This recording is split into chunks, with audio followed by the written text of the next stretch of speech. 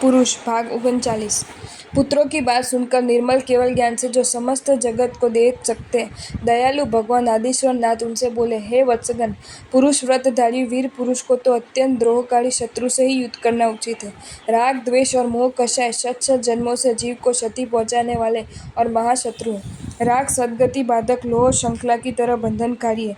द्वेष नरक निवास के बलवान न्यास की तरह है। मोह संसार समुद्र के आवर्त में निक्षेपकारी और कषाय अग्नितुल्य स्व आश्रित व्यक्तियों के लिए दग्धकारी है। इसलिए मनुष्यों के लिए उचित है कि वे अविनाशी उन वस्त्रों की सहायता से निरंतर युद्ध कर शत्रुओं पर विजय लाभ करें और सत्य शरणभूत धर्म की सेवा करें, ताकि शाश्वत आनंदमय पद की प्राप्ति सुलभ हो सके। ये राज्य लक्ष्मी अनेक योनियों में निक्षेपकारी, अत्यंत दुखदायक, अभिमान रूप फल प्रदानकारी और नाशवान है। वत्सगण, पूर्व जन्म के सर्व सुखों से भी तुम्हारी तृष्णा तृप्त नहीं हुई तो कोयला बनाने वाले की भांति मनुष्य संबंधी भोगों से वह कैसे पूर्ण होंगी। कोयला बनाने वाले की कहानी इस प्रकार है। कोयला बनाने वाला कोयला बनाने के लिए जल की मेशक लेकर अरण्य में जाता है। वह दोपहर की धूप में और अग्नि की उताप से पिपासार्थ होकर साथ लाया हुआ मशक का समस्त जल पी जाता है, फिर भी उसकी प्यास नहीं बुझी। तब वह सो गया। सोया सोया वह स्वप्न देखता है जैसे वह घर लौट गया है। वहाँ हांडी, कलश, कुंजों आदि में जो जल था उसे भी वह पी गया। फिर भी तेल से जिस प्रकार अग्नि की तृष्णा शांत नहीं होती, उसी भांति उसकी प्यास भी शांत नहीं हुई। तब उसने वापी, कुएं और सरोवर के जल पीकर उन्हें शुष्क कर डाला, फिर नदी और समुद्र का जल पीकर उन्हें शुष्क बना दिया। इतना होने पर भी नारकी जीवों की तृष्णा की वेदना से उसकी पिपासा शांत नहीं हुई। तब उसने मरु देश में जाकर तृण एकत्र कर बांधा और उन्हें रस्सी की सहायता से मरु देश के कुएं में उतार दिया। कारण पीड़ित व्यक्ति क्या नहीं करता। कुएं में जल बहुत गहरा था, अतः तृणों में लगा जल बीच राह में ही भर गया। फिर भी भिखारी जिस प्रकार तेल में भीगे पत्ते को निचोड़कर चाटता है, उसी प्रकार उस तृण समूह को निचोड़कर वह चाटने लगा। किंतु जो पिपासा समुद्र के जल से भी शांत नहीं हुई, वह तृणों में लगे जल से कैसे शांत हो सकती थी। अतः तुम्हारी तृष्णा जो कि स्वर्ग के सुखों से भी शांत नहीं हुई, वह राज्य लक्ष्मी भोग कर कैसे शांत होगी। इसलिए हे वत्सगण, तुम जैसे विवेकियों को तो उचित अनिंद्य आनंद के अस्त्रवर्ण तुल्य और मोक्ष प्राप्ति के कारण रूप संयम साम्राज्य ही ग्रहण करना चाहिए। प्रभु के ऐसे वाक्यों को सुनकर उन 18 पुत्रों के मन वैराग्य के रंग में रंजित हो गए और उन्होंने उसी समय उनसे दीक्षा ग्रहण कर ली। आश्चर्यजनक है इनका धैर्य, आश्चर्यजनक है इनका सत्व और वैराग्य। ऐसा विचार करते हुए दूतों ने चक्री के समीप जाकर सारी कथा निवेदन की। तब चक्री ने उनके राज्य को जो इस प्रकार ग्रहण कर लिया, जिस प्रकार चंद्रमा तारागण की ज्योति को ग्रहण करता है, सूर्य अग्नि के तेज को ग्रहण करता है, समुद्र नदी के जल को ग्रहण करता है।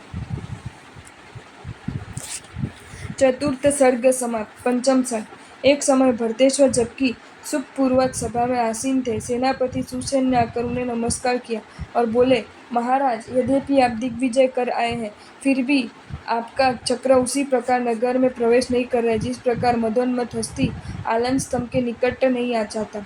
भरतेश्वर ने पूछा, सेनापति, भारत के 6 खंडों में ऐसा कौन है जिसने मेरी आज्ञा स्वीकार नहीं की है। तब मंत्री बोले, हे प्रभु, मैं जानता हूँ आप शुद्र हिमालय पर्यंत समस्त क्षेत्र को जय कराए हैं। जब आपके जय करने का रहा ही क्या है। कारण चक्की में डाला हुआ गेहूं का दाना क्या साबुत बच सकता है। फिर भी जब चक्र नगर में प्रवेश नहीं कर रहा है, उससे सूचना मिलती है कि अभी भी कोई ऐसा उन्मुख पुरुष रह गया है जिससे आपको जय करना है। वह है भगवान ऋषभदेव के पुत्र, आपके छोटे भाई बाहुबली। वे महाबलशाली और बलवान पुरुष के बल नाशकारी है। जिस प्रकार समस्त शस्त्र एक और एवं चक्र और एक और है, उसी प्रकार समस्त राजागण एक और एवं बाहुबली एक और है। जिस प्रकार आप भगवान ऋषभ के लोकोत्तर पुत्र है, उसी प्रकार वे भी है। जब तक आपने उन पर विजय प्राप्त नहीं की, तब तक किसी पर विजय प्राप्त नहीं की है, ऐसा माना जाएगा। यद्यपि भरत क्षेत्र के 6 खंडों में आप जैसा किसी को नहीं देखा, फिर भी आपका गौरव तो तभी बढ़ेगा जब आप बाहुबली को जीत लेंगे। बाहुबली जगतमान्य आपकी आज्ञा नहीं मानते, इसलिए उन्हें जीते बिना चक्र मानो लज्जित हो रहा, अतः नगर में प्रवेश नहीं करना है। अल्पव्याधि की तरह शूद्र दुश्मन की उपेक्षा नहीं करनी चाहिए। एक दर्थ अब और विलंब न करें, उन्हें जय करने का प्रयास शीघ्र ही करना उचित है। मंत्री के ऐसे वचनों को सुनकर दावानल दग्ध और मेघवाड़ी से सिक्त पर्वत की तरह युगपत कोप और शांति से आश्लिष्ट अर्थात पहले कुपित और बाद में शांत होकर भरतेश्वर बोले, एक और छोटा भाई आज्ञा पालन नहीं करता, वह लज्जास्पद है। दूसरी ओर छोटे भाई के साथ युद्ध करना भी दुखदायी है। जिसकी आज्ञा घर के लोग ही स्वीकार नहीं करते, उसकी आज्ञा बाहर भी उपहासास्पद होती है। इस प्रकार छोटे भाई के अविनय को सहना भी अपवाद रूप है। अहंकारी को सजा देना राजधर्म और भाइयों से मिलजुल कर रहना व्यवहार धर्म भी। दुख का विषय है कि मैं उभय संकट में पड़ गया हूँ। अमात्य बोले, महाराज, आपका ये संकट अपनी महत्ता से आपका छोटा भाई ही दूर करेगा। सामान्य गृहस्थों में भी यही नियम है कि बड़ा भाई जो आज्ञा देता है उसे छोटा भाई मानता है। इसलिए सामान्य रीति का अनुसरण कर संवाद वाहक दूत भेज कर छोटे भाई को आज्ञा दीजिए। हे देव, केसरी सिंह जिस प्रकार जिन सहन नहीं करता, उसी प्रकार वीर अभिमानी आपका छोटा भाई यदि जगत पक्ष में मान्य आपकी आज्ञा नहीं मानता है, तब इंद्र तुल्य पराक्रमी आप उसे दंड दे। इस प्रकार करने से लोकाचार का भी पालन होगा और आपको भी कोई दोष नहीं लगेगा। महाराज ने मंत्री की बात स्वीकार कर ली, कारण शास्त्र और लोक व्यवहार दोनों के ही अनुरूप जो वाक्य होते हैं उनको स्वीकार करना उचित है। तब उन्होंने नीतिज्ञ और वाक्पुरुष सुवग नामक दूत का शिक्षण देकर बाहुबली के पास भेजा। अपने स्वामी की शिक्षा को दौत्य काले की दीक्षा की भांति स्वीकार कर सुवेग रथ पर चढ़कर तक्षशिला नगरी की ओर रवाना हुआ। सुवेग जब सैन्य सहित वेगवान रथ पर बैठकर विनीता नगरी से बाहर निकला तो ऐसा लगा मानो वो भरतपति की शिरोधार्य आज्ञा ही हो। जैसे ही उसने यात्रा प्रारंभ की, देव विरुद्ध यह ऐसी सूचना स्वरूप उसकी बाईं आंख बार बार फड़कने लगी। अग्निमंडल में धौंकनी से हवा देने पर जैसे अग्नि तेज होते हैं, उसी प्रकार उसकी दाहिनी नाड़ी बिना व्याधि के ही तेज चलने लगी। तोतला जिस प्रकार असंयुक्त अक्षर बोलने भी अटकता है, उसी तरह उसका रथ सरल पथ पर भी बार बार अटकने लगा। कृष्णा मृग जिसे उस अश्वारोहियों ने आगे जाकर भगा दिया था, न जाने किसकी प्रेरणा से उसके दाहिनी ओर से बाईं ओर चला गया। काक सूखे कंटक वृक्ष पर बैठकर अपने चप्पू अस्त्र को मानो पत्थर पर घिस रहे, इस भांति घिसते घिसते उसके सन्मुख कटु शब्द बोलने लगे। उसकी यात्रा को रोकने के लिए मानो भाग्य ने अगला लगा दी हो, इस प्रकार एक लंबा सर्प उसके सामने से निकल गया। जैसे पुनः विचार के लिए सुपंडित सुवेग दूत को लौटने के लिए विवश कर रही हो, ऐसी प्रतिकूल वायु धूल उड़ाकर उसकी आंखों को भरती हुई प्रवाहित होने लगी। मैदान न लगाया हुआ हो या टूटा हुआ मुर्दड़ सा विरह शब्द करता हुआ गधा उसकी दाहिनी ओर खड़ा होकर रेंकने लगा। इन सभी अपशकुनों को पूर्णतः जानता हुआ भी सुवेग दूत अग्रसर होता रहा, कारण सद्दूत स्वामी के काम पर तीर की तरह सीधे जाते, राह में नहीं अटकते नहीं है।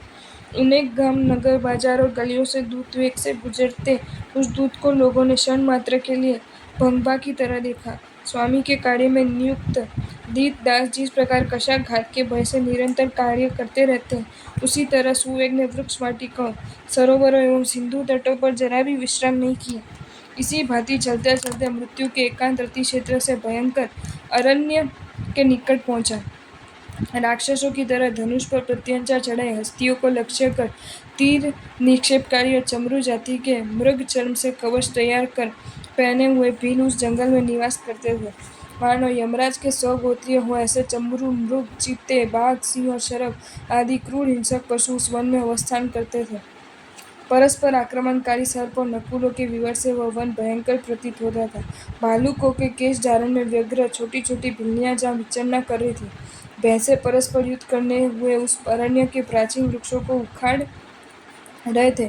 मधु संग्रह करने वाले द्वारा विताड़ित मधुमक्खियों के कारण उस अरण्य में प्रवेश करना कठिन था। आकाशस्पर्शी वृक्षों के समूह से वहां सूर्य भी दिखाई नहीं पड़ता था। पुण्यवान जिस प्रकार विपत्ति का अतिक्रम कर जाता है, उसी प्रकार वेगवान रथ में बैठे सुवर्ग ने उस घोर अरण्य को पार कर लिया। वहां से वह बहली देश पहुंचा। आपको ये वीडियो अच्छा लगा हो तो इसे लाइक करें और शेयर करें, और ऐसे ही नए नए वीडियोज़ देखने के लिए सब्सक्राइब करें हमारी channel Jain facts and stories को।